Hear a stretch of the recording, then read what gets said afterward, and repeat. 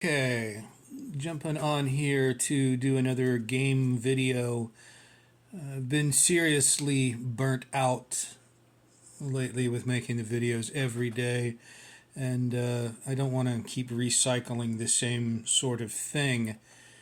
This is a little bit different.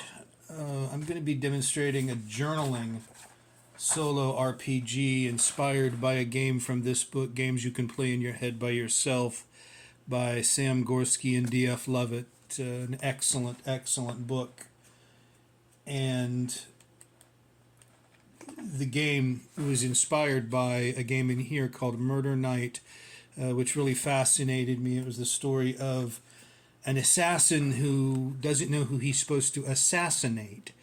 And it gives these Victorian-esque characters. One of them's a bearded lady, as you can see. Just really unusual stuff, but the kind of stuff that appeals to somebody that likes gothic and Victorian murder mystery type stuff. I figured you could do your own solo RPG easily, and you could adapt it so you wouldn't be playing it in your head. So we came up with a table for journaling, and we came up with a new concept and just making it a kind of open-ended locked room mystery concept, a game played entirely with this deck of cards, the infamous deck here. Basically, you're in an English manor house on a dark and stormy night. The roads are washed out, the phone lines are dead, somebody's been murdered, but nobody's certain who the victim is. Everybody's been called together because they all received a mysterious or cryptic message. You're the investigator, and it's your job to question these people and come up with a suspect to find out who done it. So what you do is you shuffle the cards. You might notice we have spades, diamonds, clubs, hearts, kings, queens, jacks, and aces, the face cards, and the four suits. You don't have to have that many. You could double up spades with kings, diamonds with queens, etc., etc. But what you do simply, you'll see here in a minute why that's important. Shuffle the cards and then lay out. And we're going to have to move just a bit, I believe, these technical issues so you lay out the cards, each one for each space here. 3, 4, 5, 6, 7, 8.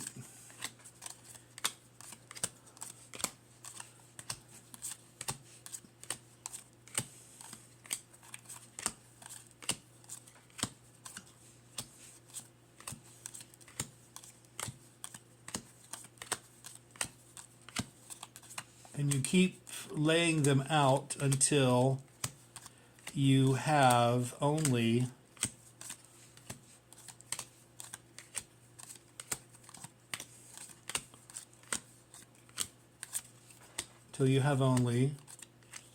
one card left. But you don't look at the face of that card. Instead, you put it in a little envelope, because that is whodunit. That is whodunit. And you lay that aside until the end of the game. Then you pick up the cards again, if you want to. I mean, you could leave them this way if that is your desire, but it makes it a little more interesting, a little more game-like if we do it this way. You pick up the cards again, you shuffle again,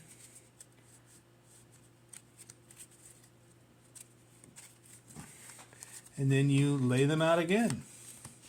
And this time you lay them out for keeps. Unless, of course, you want to just mix up the piles. Just to be absolutely certain you get the most random selection here.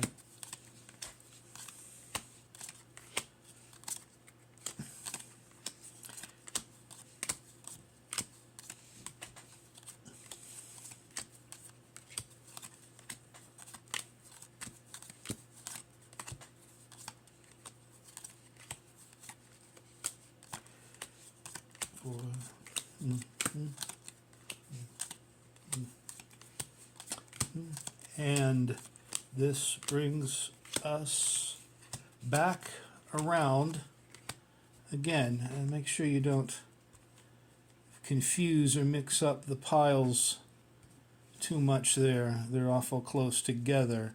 Now, you're the investigator, and you may have 8 suspects here, unless you've doubled up, you may have 4. But you definitely need to have all 4 of the suits and all 4 of the face cards marked for separate piles. So even if you had 3, you would have to, well, if you had, let's say, a minimum of 4 suspects. So what you do is you question, and you could question them one by one. And you ask a question and you turn over the card. You could question them one by one, or you could turn over all the cards in one pile at one time. What you have here is a table. A table going through 2 to 10, the values of all. And if you can get a shot of that, I am going to create a PDF of this. Well, there's a post of it on my vocal website, and then there are the 4 face cards: Jack, Queen, King, and Ace. You can get a good shot of that, and just copy it down if you like on an index card. Okay, so darn it, we hit that darn camera. Okay, so the 8 of Hearts was the first. The first question is, okay, who are you and what are you doing here, perhaps? Maybe that's the question the investigator asks. But the first thing that suspect number 1, and you could give them the same, you could make them the same characters as are represented in the book. If you get the book, and I do suggest you get the book because it is excellent. The first, you could make it these characters and write them down on an index card, write their specifics down on an index card, or you could just keep it open-ended and just discover them as you journal. And as what you're going to do is you're going to turn over the card. The first card is the 8 of Hearts, and that is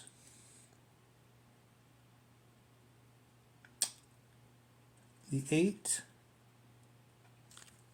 Where are we at? Yes, the 8 of Hearts, jealousy. Jealousy is the first prompt.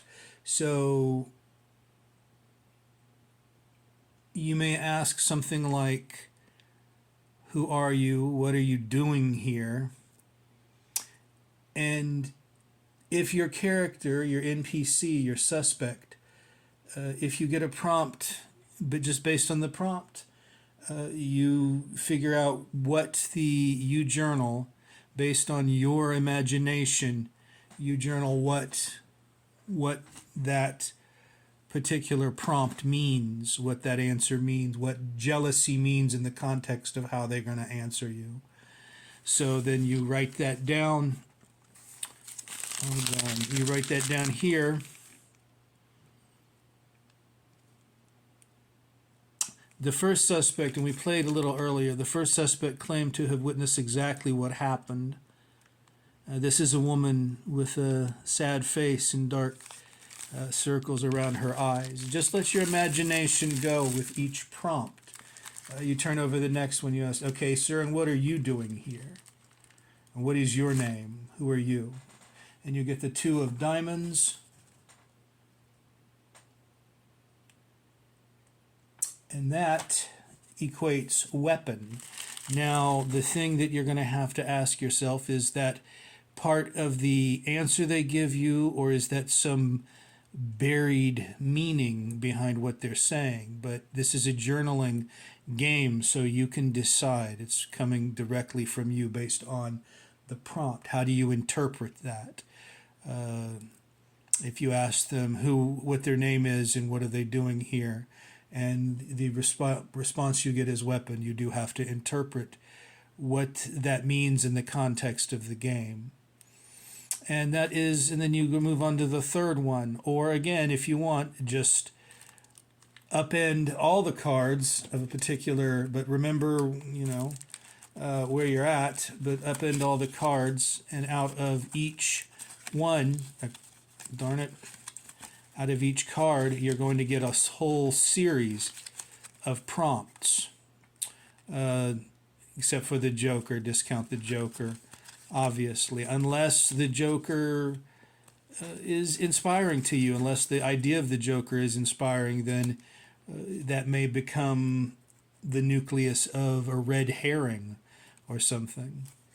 The game can go on, obviously, as long as the prompts keep inspiring what these characters, these suspects in this murder are all about, and more information is revealed. Now, obviously, if you get stuck at some point, you can simply make an oracle roll. That can be as simple as taking a d6, and 3 to 6 is yes, 1 to 3 is no, or you could do it the way they do it in the Loner, and that is roll a red die, a red d6, and a white d6, and the higher value wins. If you get 2 low values, the answer is something like no, but, and if you get 2 high values, the answer is yes and however. If you get both of them the same, say a 6 and a 6, then that triggers an unforeseen event or an unforeseen piece of information. But anyway, you keep journaling your answers. Say, for instance, the third one, and who are you and what did you see here? What happened? How did you come to be here? And the answer is the 5 of diamonds, or the card is the 5 of diamonds. And that is crime scene. Crime scene. So you have to interpret, and it may be difficult, but this game is going to require you to stretch your imagination, particularly if you love this mystery locked door drama. So how do you interpret crime scene in the context of an investigator trying to find out from someone what they know and what they're doing here?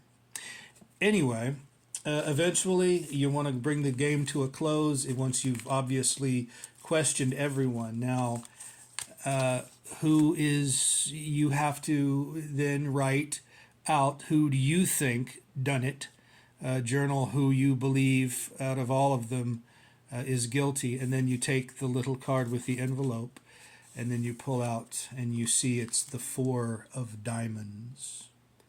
So it was, in fact, this one, diamonds, who did it, who done it. And then you get to compare what you believe, what your imagination, what your role-playing came up with compared to who the actual perpetrator was. But you don't even have to do that much if you don't want to. You could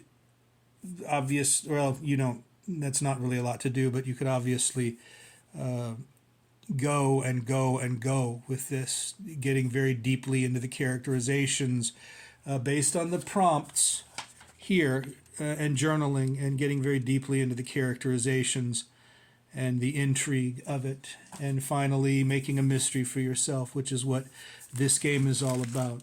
Okay, that's enough for right now. Thank you. Have a nice day.